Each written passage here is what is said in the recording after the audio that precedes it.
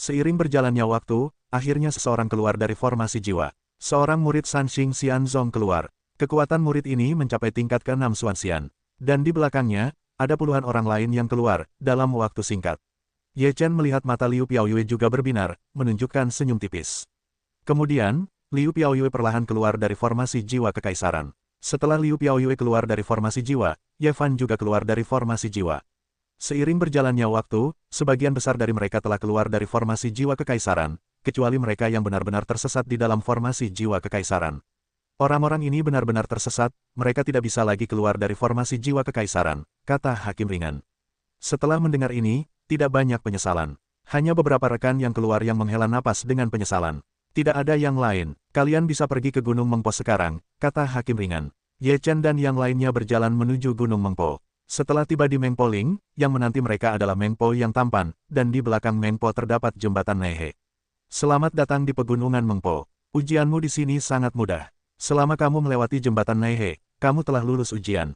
Mengpo berkata sambil tersenyum tipis. Mata semua orang tertuju pada jembatan Naihe. Meskipun mereka pernah mendengarnya, mereka belum pernah melihatnya.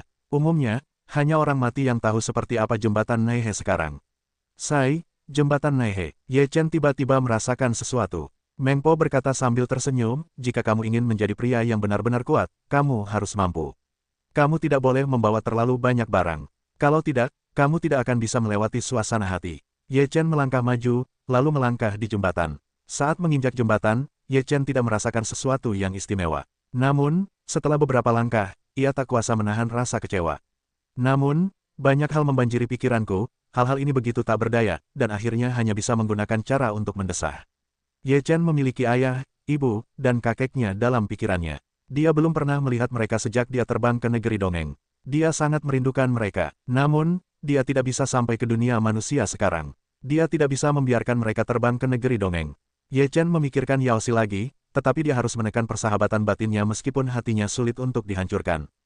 Namun, jika Tuoba Neon tidak diambil untuknya, Tuoba Neon tidak akan mati begitu mudah.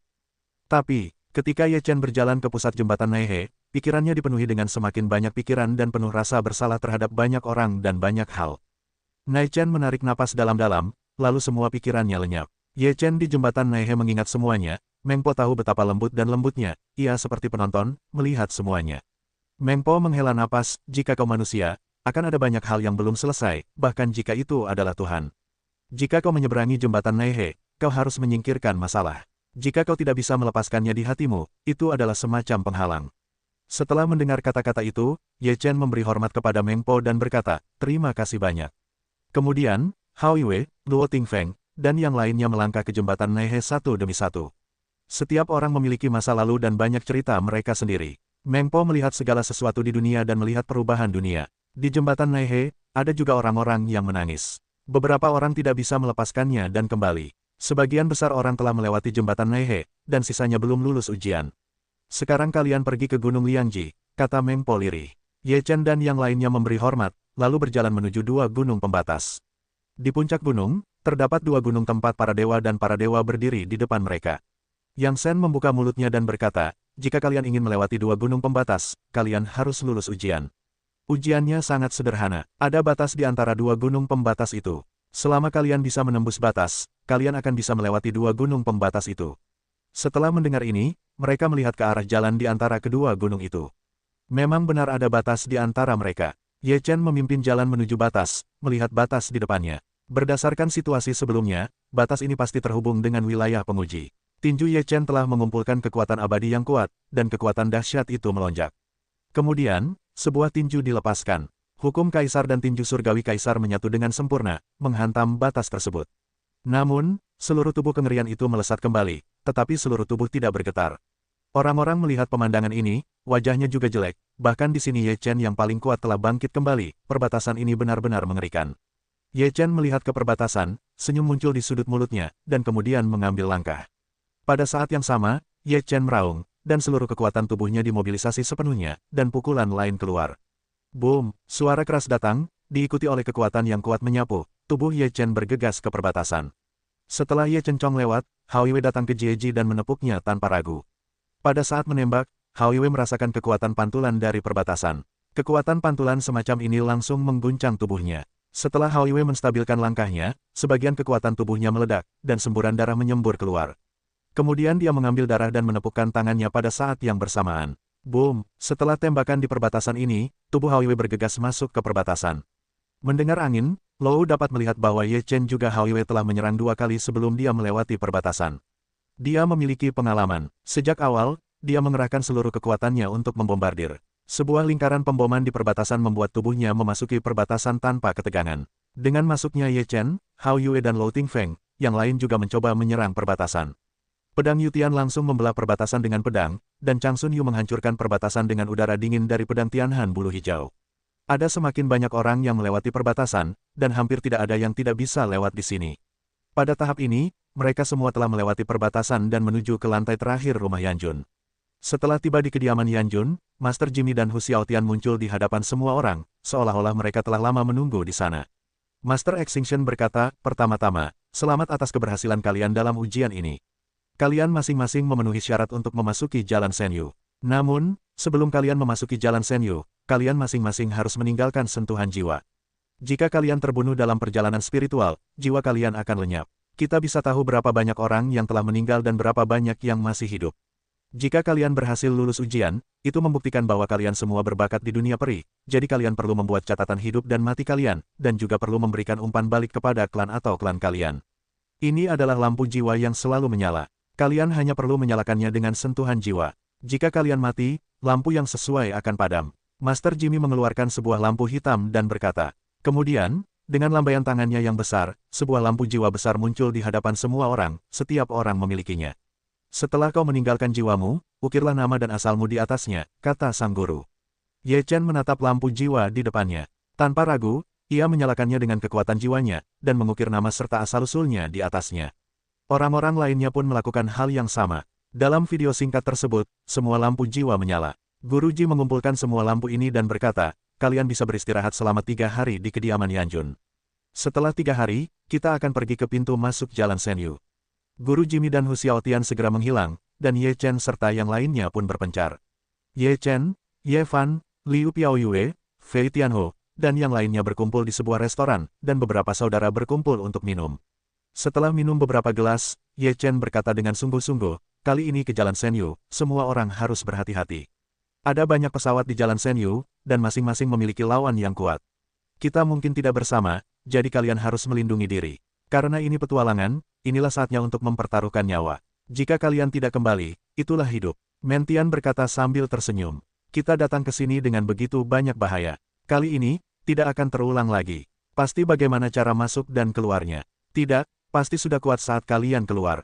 Fei Tian Tiger berkata sambil tersenyum. Itu saja untuk masa depan. Kenapa kalian terlalu banyak berpikir? Hari ini terutama untuk minum dan minum untuk masa depan kita. Yun Fan mengangkat tangannya sambil tersenyum. Ayo, aku akan minum. Aku tidak tahu kapan aku bisa berkumpul saat aku dalam perjalanan ke Senyu. Aku akan mabuk hari ini. Xuan Yuan juga menjadi tertarik dan berkata sambil tertawa. Beberapa saudara mengangkat gelas anggur bersentuhan, lalu mereka berdua dengan berani dan terus terang meneguknya. Ye Chen memandang saudara-saudaranya, dari dunia manusia hingga dunia peri, tak ada yang kurang dari mereka. Kali ini, mereka semua harus pergi ke dunia dewa bersama di masa depan. Di Aula Yanjun, Master Jimmy dan Hu Xiaotian duduk bersama untuk bermain catur. Sambil bermain catur, Master Jimmy berkata dengan lirih, Jalan Senyu lebih dari 1. Totalnya ada 9. Oleh karena itu, kali ini, mereka telah memulai perjalanan petualangan mereka sejak mereka menginjakkan kaki di Jalan Senyu. Mendengar ini, Hu Xiaotian terkejut dan berkata, ada 9 Jalan Senyu. Master Jimmy berkata sambil tersenyum, ketika Anda memasuki pintu masuk Jalan Senyu, Anda akan langsung memasuki salah satu dari 9 Jalan Senyu. Namun, 9 Jalan Senyu tersebut berpotongan di beberapa tempat, artinya, pada saat itu, Anda dapat pergi ke Jalan Senyu yang lain. Petik 2, dan pada akhirnya, 9 jalur perjalanan spiritual tersebut pada akhirnya akan bertemu satu titik, yang merupakan titik akhir. Apa titik akhirnya? Tanya Tiger Xiaotian. Master Jimmy menggelengkan kepalanya dan berkata, saya tidak tahu apa titik akhirnya. Saya hanya tahu rumor bahwa titik akhir itu terkait dengan dunia dewa. Konon, mereka yang dapat mencapai tujuan akan memiliki kesempatan untuk menjadi dewa di masa depan. Asal-usul Jalan Senyu adalah karena legenda ini. Sejak kemunculan Jalan Senyu, jalan tersebut telah dibuka 8 kali. Setiap kali orang memasuki Jalan Senyu, beberapa orang akan menjadi dewa dan terbang ke dunia dewa dalam waktu yang sangat singkat. Setelah mendengar kata-kata itu, Hu Xiaotian berkata, artinya, begitu kau menginjakkan kaki di Jalan Senyu, kau memenuhi syarat untuk menjadi dewa. Bisa dikatakan begitu, tetapi ini semua hanyalah legenda, dan mereka yang menjadi dewa setelah memasuki Jalan Senyu mungkin hanya kebetulan. Kita belum mengalami semua ini, bagaimana kita bisa tahu?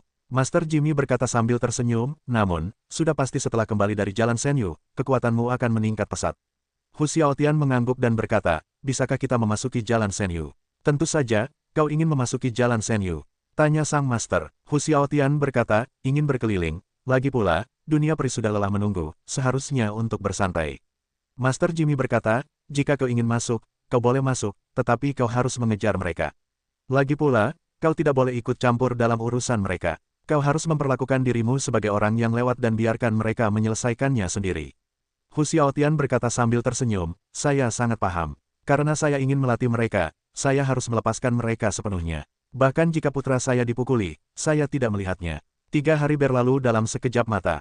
Setelah 3 hari, Tuan Jimmy bergegas. Semua orang yang akan memasuki Jalan Senyu membawa mereka ke pintu masuk Jalan Senyu. Pintu masuk Jalan Senyu berada di ujung Aula Senluo. Di ujung Aula Senluo, yang terlihat hanyalah gunung yang megah, lalu tidak ada yang lain. Tuan Jimmy berhenti, lalu membuat segel dengan kedua tangannya, dan memukul gunung di atasnya.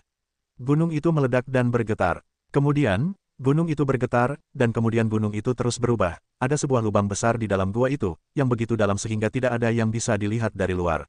Ini pintu masuk Jalan Senyu, tapi pintu masuk pesawat. Setelah kau memasuki Jalan Senyu, semuanya tergantung padamu. Jika kau tidak bisa turun, kau bisa kembali. Pintu masuk Jalan Senyu terbuka kapan saja, kata sang guru. Matanya menatap semua orang, lalu berkata dengan lemah, semua masuk. Mendengar kata-kata sang guru, semua orang dipenuhi dengan harapan, lalu bergegas ke lubang besar itu satu persatu. Piao Yue, jika kita tidak bersama setelah masuk, kau harus melindungi dirimu sendiri, dan aku akan pergi mencarimu. Ye Chen memegang tangan Liu Piao Yue dan berkata. Liu Piao Yue mengangguk, lalu berkata, kau juga hati-hati. Ye Chen mengangguk, lalu berkata kepada Ye Fan, kau sudah dewasa sekarang. Kuharap kau tidak mundur atau menyerah. Kita akan bertemu di akhir. Aku tidak akan menyerah. Aku tidak akan mengecewakan ayah. Ye Fan menepuk dadanya dan berkata dengan sungguh-sungguh. Ayo pergi, kata Ye Chen puas. Kemudian, Ye Chen bersama Liu Piao Yue, Ye Fan memasuki pintu masuk Jalan Senyu. Setelah memasuki Jalan Senyu, mereka tersapu oleh angin puyuh, dan tubuh mereka benar-benar tak terkendali. Ketika mereka kembali kepada Tuhan, mereka sudah berada di dunia berbintang. Ye Chen berdiri di bawah langit berbintang, dan tidak ada seorang pun di sekitarnya. Di bidang bintang yang luas, ia ditinggalkan sendirian.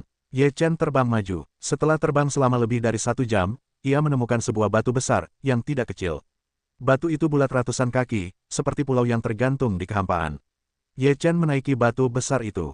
Ada beberapa mayat di atas batu besar itu. Mayat-mayat ini telah berubah menjadi tulang-tulang mati, dan tulang-tulang itu telah mengering.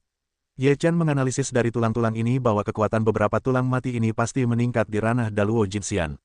Tapi bagaimana kau bisa mati di sini? Dan apa yang terjadi dengan ini? Batu besar, bagaimana mungkin batu itu melayang di kehampaan ini? Ye Chen mencari di batu besar itu dan tidak menemukan informasi berguna lainnya. Ia hanya bisa meninggalkan batu besar itu dan terus berjalan. Perjalanan masih panjang. Ye Chen tidak tahu sudah berapa lama ia terbang. Dalam perjalanan, ia melihat beberapa batu besar dengan ukuran berbeda, masing-masing berisi mayat atau potongan tubuh. Mayat-mayat ini telah lama mati. Sepertinya mereka ditinggalkan setelah Perang Dunia Pertama dahulu kala. Apakah ini terkait dengan Great Disillusion? Ye Chen bertanya pada dirinya sendiri dengan ragu. Setelah terbang cukup lama, Ye Chen melihat sebuah benua besar melayang di udara dari kejauhan. Benua itu tidak bisa dilihat ujungnya sekilas, seperti awan. Ye Chen sangat gembira karena akhirnya tiba di benua pertama. Ye Chen mempercepat langkahnya dan tiba di benua ini, ia kini berada di tempat terpencil dan tak berpenghuni. Begitu sunyinya hingga auman monster pun tak terdengar. Dia mengamatinya secara pribadi, lalu bergerak cepat. Pertama-tama, dia harus mencari tahu tempat apa itu dan benua apa itu. Setelah sekitar 2 jam, Ye Chen akhirnya melihat sebuah kota bernama Sucheng. Reruntuhan kota itu tidak terlalu besar. Kota itu sama dengan nama kotanya. Separuh kota telah runtuh. Jejak-jejak runtuhan tempat itu terlihat, sudah relatif jauh, tetapi tidak ada yang membersihkannya. Ye Chen berjalan ke kota pasar. Napas dari orang-orang yang datang dan pergi di kota pasar tidak terlalu kuat. Selain itu, seluruh kota agak sepi. Para pedagang kaki lima dan pedagang kaki lima di jalan tidak ada hubungannya dengan itu. Bisnis toko-toko bahkan lebih buruk, dan tidak ada tamu di sana. Ye Chen berkeliling kota dan menemukan bahwa orang-orang di sini memiliki masalah yang sama. Kondisi mental mereka tidak terlalu baik. Semua orang tampaknya memiliki sesuatu di pikiran mereka dan mereka semua tampak tertekan. Ye Chen mengerutkan kening dengan aneh, lalu berjalan ke sebuah restoran. Pelayan di restoran itu tidak merasa begitu antusias ketika dia melihat seorang tamu datang. Ia berkata, "Tuan, Anda ingin minum apa? Bawakan anggur terbaik yang Anda punya, dan sajikan sedikit," kata Ye Chen dengan santai. Pelayan toko itu menjawab, lalu pergi, dan segera membawakan sepoci anggur dan beberapa piring anggur. Tepat ketika pelayan toko hendak pergi, Ye Chen bertanya dengan rasa ingin tahu, "Adik kecil, mengapa restoran ini jarang dikunjungi?" "Saya melihat-lihat kota. Mengapa kota ini begitu suram?" Setelah mendengar ini, pelayan toko itu memandang Ye Chen dan bertanya, "Tamu saya, apakah Anda bukan dari kota pasar?" Ye Chen mengangguk dan berkata, "Saya sedang melewati reruntuhan. Saya masuk untuk beristirahat. Separuh reruntuhan sudah lama runtuh." "Ada apa?" Pelayan toko itu melihat bahwa tidak ada yang bisa dilakukan, jadi ia duduk dan mengobrol dengan Ye Chen. Kota reruntuhan dulunya adalah kota besar, dan sangat ramai. Tetapi setelah monster kuat muncul di luar reruntuhan ribuan tahun yang lalu, tidak ada kedamaian di sini. Asisten toko itu berkata sambil mendesah, "Kota yang setengah runtuh itu juga ulah monster itu. Saat itu, kami bertarung melawan monster itu, dan banyak sekali korban tewas dan luka-luka. Bahkan beberapa orang kuat pun terbunuh." Petik 2. Sejak itu, monster itu telah menangkap banyak orang, dan lambat laun kota itu menjadi seperti sekarang. "Banyak orangmu, apa yang mereka lakukan terhadap orang-orang itu?" tanya Ye Chen penasaran. "Tidak terlalu jelas," kata asisten toko itu. "Setelah orang-orang itu ditangkap, mereka tidak pernah kembali. Tidak ada yang tahu apakah mereka hidup atau mati." "Monster macam apa monster itu?" tanya Ye Chen. Asisten toko berkata, "Itu ular piton sisik api, yang bisa berubah menjadi wanita cantik. Konon dia membawa pria itu pergi hanya untuk menghisap saripati darahnya." Mendengar itu, Ye Chen menggelengkan kepalanya dan berkata, "Seharusnya bukan saripati darahnya. Jika ya, para pria di seluruh kota tidak bisa melarikan diri, tapi jelas ada banyak pria di sini. Tapi aku penasaran, karena monster itu menangkap pria itu, mengapa kau tidak meninggalkan kota pasar? Ada monster yang mengawasi di luar reruntuhan. Jika ada yang lolos, mereka akan dibunuh, jadi tidak ada yang berani pergi," kata penjaga toko. Ia juga bertanya, "Seberapa kuat monster itu? Di mana kau bersembunyi?" Asisten toko berkata, "Monster itu pasti kekuatan 9 lapis Hunyuan Daluo Jinxian. Itu benar-benar kekuatan terkuat di kota pasar kita. Dia berada di gunung, lebih dari 3.000 li dari sini." Setelah mendengar itu, Ye Chen berpikir sejenak, lalu meneguk anggurnya. Setelah makan dan minum, ia meninggalkan kota pasar dan menuju sarang tua binatang iblis yang disebutkan oleh penjaga toko. Namun, ketika Ye Chen kurang dari 100 li dari reruntuhan, ia diserang. Seekor elang raksasa menerjangnya, dan ia hampir menggaruk kepalanya. Ye Chen mendengus, sebuah pukulan mematikan, dan cakar elang itu saling bertabrakan. Cakar elang itu meledak tepat waktu, darah mengalir deras. Kemudian, Ye Chen meraih sayap elang itu dengan tangan besar, lalu menariknya dengan keras. Tubuh elang itu terbelah dua oleh Ye Chen, dan darah elang itu memercik ke langit. Namun kemudian terdengar suara gemuruh di tanah, dan seberkas cahaya muncul dari tanah dengan momentum yang luar biasa. Tubuh Ye Chen melesat, menghindari cahaya, lalu melesat ke tanah. Di tanah, seekor ular boa merayap di tanah, membuka mulutnya yang berdarah, dan hendak menggigitnya. Ye Chen melancarkan serangan dengan tinjunya, dan kepala ular piton itu langsung meledak, yang langsung hancur berkeping-keping. Inikah monster yang mengawasi kota pasar? Kekuatan ini hanya ranah Xuanxian. Bagaimana bisa dihalangi? Apakah orang-orang itu takut pada reruntuhan? Ye Chen menatap bangkai ular piton di tanah dan bergumam pada dirinya sendiri. Setelah membunuh kedua binatang buas itu, Ye Chen terus bergerak menuju tempat tinggal monster itu. Dengan kecepatan Ye Chen, ia tiba di puncak yang disebutkan oleh penjaga toko dalam sekejap. Puncak gunung ini sangat besar, dikelilingi oleh pegunungan yang bergelombang. Pegunungan ini dikelilingi oleh bintang dan bulan, yang memberikan efek visual yang unik. Ye Chen berkeliling pegunungan, dan tidak ada monster gunung yang ditemukan di sekitar pegunungan. Ye Chen menuju ke puncak. Ketika ia mendekati puncak, ia merasakan napas yang melonjak di puncak. Ye Chen melihat ke bawah ke kaki gunung dan melihat banyak monster berkumpul di bawah gunung, dan beberapa pria telanjang dan sibuk hidup. Ye Chen menyembunyikan napasnya sendiri, perlahan mendekat, dan semakin dekat ke kaki gunung, ia dapat melihat bahwa orang-orang itu sebenarnya sedang bekerja sebagai kuli, atau, tepatnya, membawa batu dan sebagainya.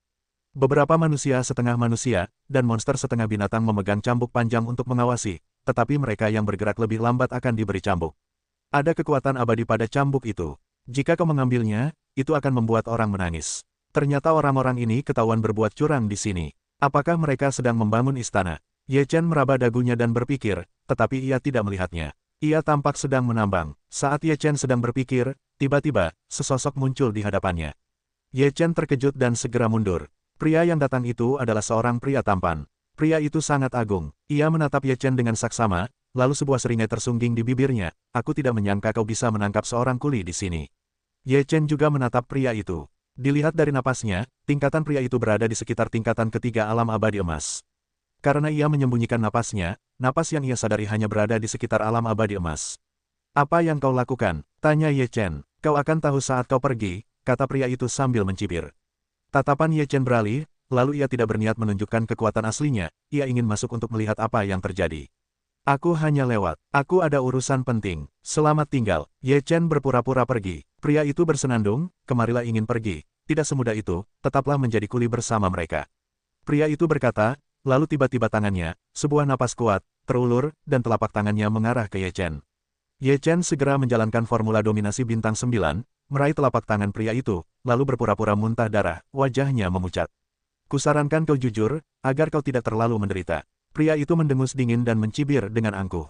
Kemudian Ye Chen berpura-pura tak berdaya. Ia dibawa ke gunung oleh pria itu. Pria itu berkata kepada seekor binatang iblis, setengah manusia dan setengah binatang, di bawah puncak gunung, ini baru saja direbut. Ia memiliki kekuatan yang bagus. Bawalah ke area nomor 1, di mana ia membutuhkan bakat yang lebih kuat untuk dapat memanfaatkannya. Ya, manusia setengah binatang itu mengangguk, lalu menyeret Ye Chen menuju sebuah gua besar di bawah puncak gunung. Ketika Ye Chen tiba di kaki gunung, ia mengamati situasi di sini. Dilihat dari fakta bahwa orang-orang telanjang terus-menerus mengangkut batu, memang ada sesuatu yang ditambang di sini. Apa yang bisa dimanfaatkan oleh para biksu pasti akan dibudidayakan. Jika memang ada barang berharga, tak perlu dieksploitasi. Seiring gua semakin dalam, Ye Chen akhirnya yakin bahwa ini adalah tambang. Kemudian, Ye Chen melihat banyak orang menggunakan palu dan pahat untuk memecahkan batu-batu keras. Batu-batu itu begitu keras sehingga hanya bisa dibuka dengan kekuatan abadi. Ketika Ye Chen melihat tempat ini, ia mengerti mengapa ia ingin menangkap para biksu. Batu itu begitu keras sehingga sangat sulit bagi orang untuk membukanya. Mineral budidaya macam apa yang ada di dalam batu sekeras itu? Ketika Ye Chen memikirkannya, ia melihat beberapa orang memahat kristal merah darah dari batu keras itu. Kristal-kristal itu memiliki ukuran yang berbeda-beda, ada yang seukuran kepalan tangan, dan ada pula yang seukuran telur. Apa ini? Setelah Ye Chen melihatnya, ia sedikit terkejut. Ia tidak benar-benar melihat kristal berdarah itu. Namun, ia bisa merasakan kekuatan besar dalam kristal berdarah itu. Apakah ini biji budidaya unik dari benua ini? Ye Chen bergumam dalam hati, lalu terus didahului orang lain. Dalam perjalanan melewati beberapa area pertambangan yang masing-masing sangat luas, terdapat ratusan orang yang sedang menambang. Mereka memang lelah, tetapi masih kelelahan karena pekerjaan yang terus-menerus. Beberapa orang melihat Ye Chen terjebak, tetapi mereka hanya melihatnya. Sepertinya ini bukan hal yang aneh lagi. Setelah beberapa saat, Ye Chen dibawa ke sebuah tambang kecil. Hanya ada belasan orang yang bekerja di tambang itu. Kekuatan para penambang ini berada di sekitar Jinxian. Kalian menambang di sini. Jika kalian tidak mendapatkan cukup kristal darah setiap hari, kalian tidak akan mau istirahat. Setengah manusia, setengah binatang, teriak monster itu. Setelah itu, monster setengah manusia setengah binatang itu menjelaskan situasinya kepada pengawas tambang. Pengawas tambang itu adalah monster berkepala sapi. Ia menatap Ye Chen dan berkata, kemarilah dan bekerjalah dengan jujur. Jika kau ingin melarikan diri, kau bisa mencoba melihat apakah kau memiliki kemampuan ini. Kekuatan monster bertubuh manusia Niutu itu setara dengan tingkat kedua Jinxian, dan kekuatannya relatif kuat. Pantas saja ia mampu mengendalikan para penambang di sana. Ye Chen melihat sekeliling. Penambang itu tidak besar, sepertinya penambangannya lebih sulit daripada di luar. Kalau tidak, Jinxian tidak akan masuk ke tambang. Semakin sulit tambangnya, semakin besar pula biji yang terkandung di dalamnya. Ye Chen memandang seorang penambang yang sedang menambang, dan melihat bahwa setelah penambang itu memecahkan sebuah batu, terdapat kristal darah merah yang lebih terang di dalamnya. Kristal darah itu sebesar 2 kepalan tangan, dan kekuatan dari dalam lebih dari 10 kali lipat dari kekuatan dari luar. Sungguh kekuatan yang dahsyat, pantas saja kristal darah di sini begitu sulit ditambang. Ye Chen terkejut. Selain kristal darah yang kuat ini, Ye Chen bahkan lebih terkejut melihat betapa banyaknya kristal darah di puncak gunung ini. Setelah ditambang, semuanya diberikan kepada ular piton skala api. Jika ular piton skala api mendapatkan begitu banyak kristal darah, ia pasti bisa menembus Hunyuan Luo Jinxian. Namun, Ye Chen merasa bahwa kristal darah itu jelas bukan untuk ular piton skala api, dan ular piton skala api itu pasti hanya untuk yang lebih kuat atau lebih kuat. Kalau tidak, bagaimana mungkin seorang Daluo Jinxian tingkat 9 berani mengeksploitasi kristal darah seperti itu dengan panji setinggi itu? Ketika Ye Chen memikirkannya, pengawas berteriak, apa yang masih kau lakukan dalam keadaan linglung? Cepat bekerja, atau kau tidak bisa menambang cukup kristal darah dalam waktu yang ditentukan, maka kau tidak perlu istirahat. Ye Chen mendengar kata-kata pengawas, juga tidak membantah, mulai menambang biji. Ye Chen mengambil serangan, mengangkut cukup Xianli dan mulai memahat batu-batu itu. Tidak heran jika batu keras itu tidak dapat dibuka sampai diketahui bahwa batu itu cukup keras. Ye Chen memahat beberapa batu sebelum memahat sepotong kristal darah dari batu tersebut. Mata Ye Chen berbinar, dan saat memegang kristal darah itu, Ye Chen dapat dengan jelas merasakan kekuatan dahsyat yang melonjak di dalamnya. Kristal darah jauh lebih kuat daripada batu abadi. Jika kau menggunakan kristal darah untuk berkultivasi, kecepatan kultivasinya pasti akan jauh lebih cepat daripada batu abadi, gumam Ye Chen dalam hati. Ia melirik pengawas yang duduk di sana sambil menatap mereka. Kemudian Ye Chen melihat orang lain, mereka semua jujur dalam menambang, tidak ada yang berani main-main. Mungkin karena takut pada ular piton sisik api, atau mungkin tepi dan sudutnya sudah dihaluskan, dan tidak ada amarah. Setelah sekian lama di sini, aku akan melepaskannya. Namun, Ye Chen tidak akan melepaskannya. Kristal darah itu mengandung kekuatan abadi yang begitu kuat. Jika dia tidak mengambilnya sedikit, dia tidak akan terlalu menyesali dirinya sendiri. Ketika Ye Chen berpikir dalam benaknya, beberapa orang datang ke pintu masuk gua tambang, di antaranya, yang pertama adalah seorang wanita dengan pakaian genit, dan beberapa pria berdiri dengan hormat di belakang wanita itu. Setelah pengawas melihat wanita yang mempesona itu, dia segera berdiri dan memberi hormat, "Saya melihat Anda dewasa. Bagaimana penambangan di sini?" Suara wanita itu sangat lembut, ada rasa mempesona, terdengar sedikit mati rasa. Pengawas berkata, "Kami bekerja keras di pertambangan. Hari ini kami memiliki peri emas lain. Kecepatan penambangan akan dipercepat." "Oh, peri emas lain tertangkap." Wanita itu meliriknya, lalu tatapannya jatuh pada Ye Chen. Setelah melihat penampilan Ye Chen, sudut mulutnya sedikit terangkat dan berkata, "Antar aku kemana malam ini?" Mendengar ini, pengawas pun tersenyum dan berkata, "Ya." Wanita itu mengangguk puas. Ketika pergi, ia melirik Ye Chen, lalu ia menggeliat pergi. Ye Chen juga mendengar kata-kata wanita itu, hati dari jalan gelap itu tidak baik, ini pasti ular piton sisik api. Setelah pengawas mengantar wanita itu pergi, ia menghampiri Ye Chen sambil tersenyum dan berkata, "Wah, kamu suami istri yang baik. Kamu disukai orang dewasa. Jika kamu bisa melayani orang dewasa dengan baik, kamu tidak perlu bekerja sebagai kuli di sini." Setelah mendengar ini, Ye Chen tidak menunjukkan ekspresi apapun, tetapi ia mendengus dalam hati. Namun, ia harus tinggal di sini untuk waktu yang lama. Ia bisa mendapatkan beberapa kristal darah ini terlebih dahulu. Jika tidak, kali ini akan sia-sia. Setelah Ye Chen memutuskan, ia mulai menggali biji terus-menerus, dan kecepatannya jauh lebih cepat daripada jinsian lain di sini. Sekarang hanya suara, bang, bang, yang terdengar di tambang ini. Bahkan pengawas tercengang, dan para Golden Immortal lainnya tercengang. Bagaimana anak ini bisa bekerja begitu keras? Tidakkah kau ingin melayani Tuan Huo sekali? Hanya dalam satu sore, Ye Chen memahat area biji yang luas, tetapi dengan begitu banyak biji, puluhan kristal darah diperoleh, yang terlalu sedikit dan terlalu langka. Kau akan menjadi pelayan Tuan Huo sekali. Senang sekali bisa bekerja keras seperti ini. Pengawas itu berkata dengan senyum puas, "Lihat, kesadaranmu tidak sebaik pendatang baru. Jangan terburu-buru bekerja. Kalau tidak bisa menyelesaikan tugas sebelum gelap, jangan istirahat." Semua dewa emas yang hadir tampak seolah-olah tidak bisa saling mencintai, lalu mereka mulai bekerja.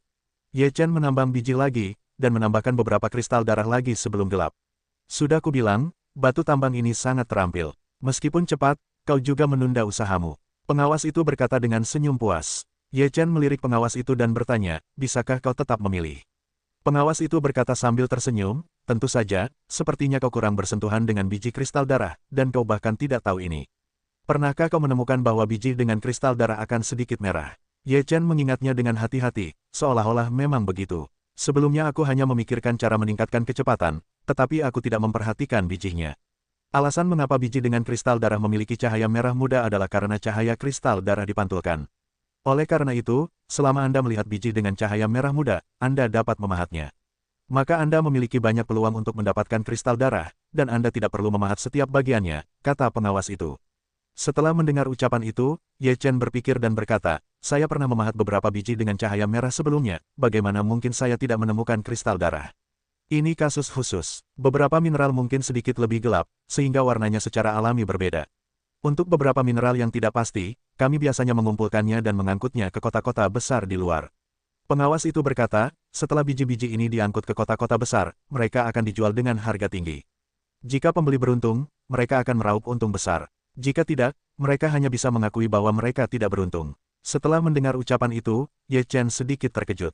Ternyata masih bisa seperti ini. Dengan cara ini, tidak peduli ada atau tidaknya kristal darah di dalamnya, tidak akan terlalu menderita. Jadi, kalau mau lebih cepat, ikuti saja metode ini, semuanya tanpa perubahan warna, pada dasarnya tidak ada kristal darah, kata pengawas itu dengan penuh kemenangan. Ye Chen mengangguk, lalu mulai menambang lagi. Kali ini, ia mendengarkan kata-kata pengawas. Untuk biji-biji tanpa perubahan warna, ia tidak akan pergi ke manajemen keuangan, melainkan hanya akan menggali biji dengan warna yang sedikit lebih gelap. Menurut metode ini, kecepatan Ye Chen dalam mendapatkan kristal darah juga semakin cepat, tetapi jumlah kristal darahnya terlalu sedikit. Menambang lebih dari 10 atau 20 keping biji mungkin tidak akan bisa mendapatkan 1 atau 2 kristal darah. Hari sudah gelap dan berkata, kalian teruslah menambang. Ikut aku. Pengawas itu menunjuk Ye Chen. Setelah Ye Chen berhenti, ia tidak banyak bicara, jadi ia mengikuti pengawas itu keluar. Setelah pengawas membawa Ye Chen keluar, ia pergi ke ujung gunung yang lain. Sekitar setengah jam kemudian, sebuah istana muncul di hadapannya. Istana itu menyala dan megah. Pengawas itu pergi ke gerbang istana, lalu memberi hormat dengan hormat, Tuan Huolin, si kecil telah membawamu. Biarkan dia masuk. Terdengar suara lembut di istana. Pengawas itu segera memberi hormat, lalu berkata kepada Ye Chen, cepat masuk. Kukatakan padamu, ini kesempatan bagus. Hargai ini, jika kau menjadi orang merah di sekitarmu, jangan lupakan aku. Ye Chen tidak menanggapi pengawas itu, lalu berjalan masuk ke dalam istana. Setelah memasuki istana, seorang pria menyambutnya dan membawa Ye Chen ke istana. Kau sungguh beruntung, kau langsung diterima oleh orang dewasa begitu kau datang. Namun, kurasa kau tidak tahu bagaimana melayani orang. Jangan membuat orang dewasa tidak senang, nanti kau akan terpotong-potong. Pria itu berkata seolah-olah ia sedikit iri. Ye Chen mencibir dirinya sendiri dalam hati. Seorang pria begitu tak tahu malu hingga ia bahkan bangga dengan rasa malunya. Pria itu membawa Ye Chen ke kamar tidur utama istana dan berkata kepada Fire Scales yang terbaring di ranjang merah menyala yang besar, Tuanku, orang itu telah tiba. Anda boleh pergi, kata Fire Scales kepada pria itu. Pria itu sedikit tidak terima, tetapi juga tidak berani menentang kata-kata Fire Scales, membungkuk keluar dari kamar tidur utama. Hanya Ye Chen dan Fire Scales yang tersisa di kamar tidur utama. Ye Chen melihat ke seluruh ruangan, dan ada dekorasi merah menyala di mana-mana, yang membuat seluruh ruangan terasa panas. Ada perasaan yang sangat kering dan panas, terutama postur Fire Scales yang berbaring dan kaki seputih salju yang terekspos, yang lebih menarik. Ye Chen menatap sisik api di ranjang merah. Sisik api itu juga menatap Ye Chen dengan tatapan menggoda, lalu berkata, kemari dan bantu aku mencubit kakiku. Ye Chen tetap diam, berdiri di tempat dan berkata, maaf, aku tidak mencubit kaki wanita manapun kecuali istriku. Setelah mendengar ini, wajah sisik api tiba-tiba menjadi dingin. Namun, itu hanya sesaat, dan tak lama kemudian ia tertawa lagi. Ia berkata, kurasa kau tidak punya istri. Namun, aku khawatir mulai hari ini, kau tidak akan pernah melihatnya lagi. Ye Chen berkata dengan seringai di sudut mulutnya, itu belum tentu. Aku ingin tahu kemana kristal darah hasil tambangmu itu dikirim. Kau jelas bukan dalang di balik layar. Pasti ada kekuatan besar di belakangmu, kan? Meskipun kota pasar bukanlah kota besar, beraninya kau menangkap orang-orang di kota dan menggunakannya untuk mengekstrak kristal darah. Tanpa kekuatan besar, kau tidak berani begitu terang-terangan. Dengan kekuatanmu, kau tidak berani melakukannya sendiri. Fire Scales mendengar kata-kata Ye Chen, senyum di wajahnya langsung menegang, dan berkata dengan dingin, siapa kau? Ye Chen berkata, aku hanya orang biasa. Sungguh tidak bijaksana bagi orang biasa untuk mengurus begitu banyak hal. Sekarang, jika kau tidak menghargainya sepenuhnya, hanya ada satu kesempatan bagimu untuk menyinggung perasaanku. Fire Scales menatap dengan tatapan membunuh yang dingin. Ye Chen mencibir dan mencibir, kau pikir aku akan ditangkap semudah itu? Jika kau tidak ingin mengetahui kebenaran ini, itu karena orang itu adalah lawanku. Petik 2. Dia bukan lawanmu. Bagaimana denganku? Napas merah menyala menyembur dari sekujur tubuh Fire Scales, menyelimutinya dengan tekanan yang kuat. Tubuh Ye Chen bergetar, dan 8 diagram Tai Chi muncul. Aliran cahaya suci melonjak, dan cahaya ilahi melesat keluar. Bertabrakan dengan napas Fire Scales, seluruh kamar tidur utama bergetar, dan akhirnya runtuh. Tubuh Ye Chen mundur, lalu mengorbankan perahu di seberang. Ia berdiri di atas perahu di seberang dan menatap Fire Scales. Wajah Fire Scales sangat muram, dan ia berkata dengan dingin, jadi, kau menyembunyikan kekuatanmu, bahkan aku pernah berbuat curang di masa lalu. Tapi hari ini kau masih terkutuk. Setelah sisik api selesai berbicara, sepasang kaki itu berubah menjadi ekor merah menyala, dan ia pun mendayung ke arah Ye Chen. Ye Chen mencibir, tubuhnya tetap diam, membiarkan ekor merah menyala itu mendayung ke sisi lain pembatas perahu. Sisi lain pembatas perahu bergetar sejenak, tetapi tidak terluka sama sekali. Sisik api itu ketakutan dan matanya penuh kengerian. Harta karun apa ini? Mampu menahan pukulanku. Tidak ada yang bisa menembus batas perahu lain kecuali Hunyuan Daluo Jinxian, kata Ye Chen. Sisik api menatap kosong, lalu bergumam, aku tidak percaya itu tidak bisa dibuka. Setelah selesai berbicara, sisik api itu kembali mengarahkan ekor merah apinya ke arah Ye Chen. Ekornya mengenai pembatas, tetapi pembatas itu masih belum rusak. Sisik api baru saja mengerahkan seluruh kekuatannya, tetapi dia masih tidak bereaksi. Saat ini, dia juga yakin bahwa dia tidak akan bisa menembusnya dengan kekuatan level 9-nya sendiri. Siapa kau? Apakah ada harta karun seperti itu? Huo Ling menatap Ye Chen. Di seluruh benua, dia belum pernah mendengar tentang Ye Chen sebagai kekuatan nomor 1. Ye Chen berkata, aku tidak perlu memberitahumu bahwa aku ingin semua kristal darah di sini hari ini. Beranikah kau? Sisik api meraung. Ye Chen bergumam, bisakah kau menghentikanku? Setelah itu, Ye Chen melemparkan tas langit dan bumi dewa, dan tas langit dan bumi dewa berkilauan. Sejak menyerap darah dewa, tas langit dan bumi dewa telah bersinar dengan kecemerlangan baru, dan kekuatannya menjadi jauh lebih kuat. Ketika tas langit dan bumi dibuka, sebuah hisapan meledak dalam sekejap. Keranjang kristal darah di ladang ranjau semuanya berterbangan ke udara. Melihat pemandangan ini, sisik api segera membombardir tas itu, tetapi tidak ada gerakan. Sepertinya semua serangannya tidak mengenai tas itu. Melihat pemandangan yang begitu aneh, Huo Ling merasa bersalah. Orang kuat macam apa ini? Memiliki harta karun yang begitu kuat. Dengan pemahamannya tentang kekuatan daratan, dia belum pernah mendengarnya. Mereka tak bisa dihentikan oleh para penambang darah. Semua orang bersisik api di tambang itu terbang ke udara dan melihat ke arah terbangnya kristal darah. Mereka dapat melihat bahwa kristal darah itu menuju ke istana skala api. Apa yang terjadi? Bagaimana kristal darah itu bisa terbang ke sisik api? Entahlah, mungkin sisik api diambil oleh sisik api dengan cara ini. Ada yang tidak beres. Dulu tidak seperti ini. Ini sudah mendekati akhir bulan. Kristal darah ini menunggu orang dewasa lain untuk datang dan mengambilnya. Sisik api tidak bisa membawanya kembali ke istana. Kalau begitu pergilah dan lihatlah. Beberapa orang utama yang bertanggung jawab pergi ke istana skala api. Ketika mereka tiba di sini, mereka melihat Ye Chen mengumpulkan semua kristal darah dengan kantong surga dan bumi milik dewa, dan sisik api hanya bisa menatapnya dengan dingin. Apa yang terjadi? Orang ini yang datang untuk mengambil kristal darah. Seharusnya tidak. Terlihat jelas raut wajah Tuan Huolin yang penuh amarah. Dulu, Tuan Huolin sangat sopan kepada orang-orang yang datang untuk mengumpulkan kristal darah. Sekarang, sikapnya sama sekali tidak seperti itu. Orang-orang itu seperti biksu kedua Zhang, dan mereka hanya menebak-nebak. Setelah semua kristal darah dikumpulkan oleh Ye Chen menyimpan tas langit dan bumi dewa, lalu berkata kepada Tuan Huolin dengan senyum puas, aku ingin tahu kekuatan apa yang kau miliki. Perlukah kau tahu? Kalau kau ingin tahu, beritahu aku dulu, kekuatan apa yang kau miliki. Kalau kau menginginkan kristal darah kami, kenapa kau harus menutupinya seperti ini? Tuan Huolin mencibir. Ye Chen berkata sambil tersenyum, aku tidak menutupinya. Kalau kau ingin tahu kekuatan apa aku, kau harus memeriksanya perlahan. Selamat tinggal, kata Ye Chen, sambil mengemudikan perahu di sisi lain, lalu menghilang dalam kegelapan. Sisik api tidak mengejar, dan pengejarannya sia-sia. Ada perahu di sisi lain, dan dia tidak bisa menolong Ye Chen. Wajah sisik api muram dan berkata, siapa yang menangkapnya? Turunkan pangkatnya menjadi penambang. Menambang siang dan malam tidak diperbolehkan istirahat. Jika dia gagal membayar kristal darah yang diminta sebelum akhir bulan, aku akan segera menangkapnya. Kata-kata sisik api menyebar di tambang. Pria yang menangkap Ye Chen mendengar ini, tubuhnya lumpuh total untuk sementara waktu, dan terduduk di tanah, seolah-olah telah pingsan sepanjang hari. Ye Chen mengemudikan perahu di sisi lain sungai, lalu berhenti setelah berkendara puluhan ribu mil. Saat ini, dia sudah berada di dekat kota lain, yang disebut kota Tianshu. Ye Chen melihat nama kota itu dan merasa sedikit aneh. Mengapa kota ini memiliki kata untuk reruntuhan? Ye Chen berjalan memasuki kota. Saat itu tengah malam, tidak banyak orang yang berjalan di jalanan kota. Mereka semua sedang beristirahat. Ye Chen memasuki sebuah penginapan dan meminta kamar superior untuk ditinggali. Aku harus mencari tahu tentang benua ini dulu. Setelah itu, Ye Chen duduk di kamar dan mulai berpikir. Ia mendapatkan beberapa informasi dari percakapannya dengan Huo Lin barusan. Ada beberapa kekuatan besar di benua ini, dan Huo Lin pasti hanya anggota salah satunya. Selain itu, ia belum menjelaskan nama benua dan semua informasi tentang benua itu. Ia harus menjelaskannya dengan jelas. Pertama-tama, ia tidak boleh membiarkan orang tahu bahwa ia bukan dari dunia ini, yang tidak baik untuknya. Ye Chen beristirahat semalam. Keesokan harinya, Ye Chen bertanya kepada pemilik penginapan tentang di mana akan ada perpustakaan, dan akhirnya menemukan bahwa ada sebuah bursa di selatan kota, di mana terdapat perpustakaan.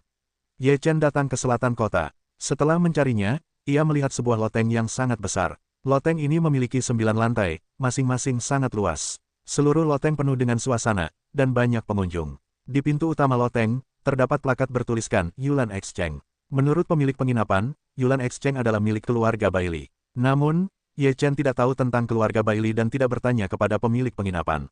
Ia pergi ke perpustakaan untuk mempelajari semuanya. Setelah Ye Chen memasuki loteng, ia mulai berjalan-jalan. Lantai pertama loteng ini adalah pasar perdagangan bebas. Tidak hanya produk keluarga Bailey yang bisa dijual di sini, tetapi orang lain juga bisa berjualan di sini. Selama mereka membayar sewa, mereka bisa berjualan di sini. Batasnya adalah jumlah orang terendah dan terbanyak. Di dalam sangat ramai, seperti pasar sayur. Banyak orang yang tidak punya banyak uang suka datang ke sini dan berbelanja. Jika mereka beruntung dan menemukan harta karun, mereka akan membagikannya. Hal seperti ini belum pernah terjadi di sini, jadi mereka yang tidak punya uang suka mengambil risiko. Ye Chen berjalan-jalan di lantai 1, dan mendapati barang-barang di dalamnya biasa saja, dan tidak melihat sesuatu yang istimewa, jadi ia berjalan ke tangga di lantai 2. Tangga di lantai 2 juga gratis untuk dimasuki, tetapi mereka yang tidak punya uang juga sangat jelas di hati mereka. Ketika mereka sampai di lantai 2, mereka hanya pergi melihat-lihat. Jika mereka tidak beruntung dan bertemu dengan beberapa kenalan yang menyindir, mereka seharusnya sial. Oleh karena itu, banyak orang yang sangat bijaksana dan tidak akan pergi ke lantai 2 untuk mendapati diri mereka tidak bahagia. Ketika Ye Chen tiba di lantai 2, ia mendapati bahwa orang-orang di sana jauh lebih sedikit, dan tidak ada kios. Semua konternya sama dengan barang-barang yang berbeda di setiap konter. Setelah Ye Chen menanyakan tentang lantai perpustakaan, ia tidak berhenti dan berjalan menuju lantai 4. Jika ingin pergi ke lantai 3, ia harus menunjukkan kemampuan finansialnya. Setelah Ye Chen mengeluarkan sepotong kristal darah berkualitas tinggi, penjaga tangga dari lantai 2 ke lantai 3 segera mempersilakan Ye Chen naik ke atas. Ye Chen menyadari bahwa kristal darah di sini sangat bagus, sepotong kristal darah bisa membantunya naik. Ketika Ye Chen tiba di lantai 3 menuju lantai 4, ia juga mengeluarkan kristal darah. Penjaga tangga segera mempersilakan Ye Chen masuk ke lantai 4. Ketika Ye Chen tiba di lantai 4, ia melihat deretan rak buku yang rapi, di atasnya terdapat berbagai macam buku, yang telah disortir. Tamu, jika Anda ingin membuka semua buku di sini, mereka membutuhkan batu abadi yang sesuai. Seorang wanita muda datang dan memperkenalkannya. Ye Chen pergi ke rak buku dan melihatnya. Ada alur di depan setiap rak. Wanita itu berkata, asalkan batu abadi yang sesuai dimasukkan ke dalam alur ini, buku ini bisa dibuka. Ye Chen mengangguk dan mulai mencari buku-buku tentang benua ini. Setelah menemukan kategorinya, Ye Chen menemukan rak buku yang sesuai. Ye Chen berjalan di depan rak buku sekali, pertama-tama memiliki pemahaman umum, lalu mulai serius mencari buku-buku yang sesuai. Negeri Roland. Melihat buku tebal di rak, Ye Chen langsung tertarik. Dari judul buku, kita bisa melihat bahwa ini adalah buku memperkenalkan seluruh benua. Judul buku tersebut adalah nama daratan. Ye Chen melihat bahwa untuk membuka buku ini, dibutuhkan 10 batu abadi. Ye Chen merasa agak mahal, tetapi tidak mungkin. Ia dengan jujur melemparkan 10 batu abadi ke dalam alur. Setelah 10 batu abadi dimasukkan, buku itu otomatis melayang keluar dari atas. Setelah Ye Chen mengambil buku itu, ia duduk di samping perpustakaan agar orang-orang dapat membaca buku dan membacanya dengan saksama. Ye Chen memulai dari kata pengantar dan daftar isi di halaman pertama. Buku ini terutama memperkenalkan asal-usul negeri Roland, serta peristiwa-peristiwa besar yang telah terjadi di benua itu, serta kekuatan-kekuatan dahsyat yang pernah ada di benua itu, dan sebagainya. Setelah membolak-balik seluruh buku, Ye Chen melihat waktu revisi buku tersebut, lalu membandingkan kalender Roland di benua Roland. Ia menemukan bahwa revisi buku ini tidak lebih dari 100 tahun, artinya, buku ini merangkum semua peristiwa yang terjadi di benua Roland 100 tahun yang lalu. Setelah membaca seluruh buku, Ye Chen juga memiliki pemahaman yang lebih mendalam tentang Tanah Roland. Menurut buku tersebut, Tanah Roland dinamai berdasarkan sosok yang kuat bernama Roland. Menurut legenda, Tanah Roland didirikan oleh Roland. Ia adalah penguasa tertinggi di dunia ini. Semua orang di jalan ini adalah keturunan Roland. Mereka semua menghormati Roland sebagai leluhur dewa. Menurut perhitungan Roland, telah terjadi lebih dari 160 era kekacauan di Tanah Roland. Data spesifiknya tidak tertulis dengan jelas di buku ini, karena kalender Roland muncul kemudian. Setelah kemunculan benua Roland, orang-orang di jalan ini telah mengalami reproduksi dan perkembangbiakan yang tak terhitung jumlahnya, dan akhirnya kini terdapat populasi besar di Tanah Roland. Saat ini, terdapat beberapa klan dan keluarga kuno di Tanah Roland. Di antara mereka, keluarga Bailey, pemimpin Bursa Yulan, merupakan salah satu keluarga kuno. Keluarga dan klan kuno ini hampir menguasai seluruh Tanah Roland, dan masing-masing kekuatan menguasai wilayahnya. Pembagian wilayah ini, tidak seperti di negeri peri, tidak memiliki batas yang jelas. Hal ini disebabkan oleh adanya biji yang lebih unggul daripada batu abadi di jalur ini, yaitu kristal darah. Terdapat perbedaan pendapat tentang asal-usul kristal darah. Konon, hal ini terjadi karena leluhur Dewa Roland memercikkan darahnya di tanah ini. Setelah bertahun-tahun yang tak terhitung jumlahnya, darahnya mengalir melalui kristal darah. Konon, pada zaman dahulu kala, para dewa yang kuat datang dan bertempur sengit di Tanah Roland. Darah para dewa pun berceceran dan hidup. Setelah kejatuhan para dewa yang kuat, batu-batu yang terinfeksi darah tersebut mengandung kekuatan yang dahsyat, dan menjadi kristal darah seperti sekarang ini. Ada banyak rumor seperti ini, tetapi semuanya tidak terlalu dapat dipercaya, tetapi semuanya tampak demikian, jadi hingga kini, belum ada kesimpulan.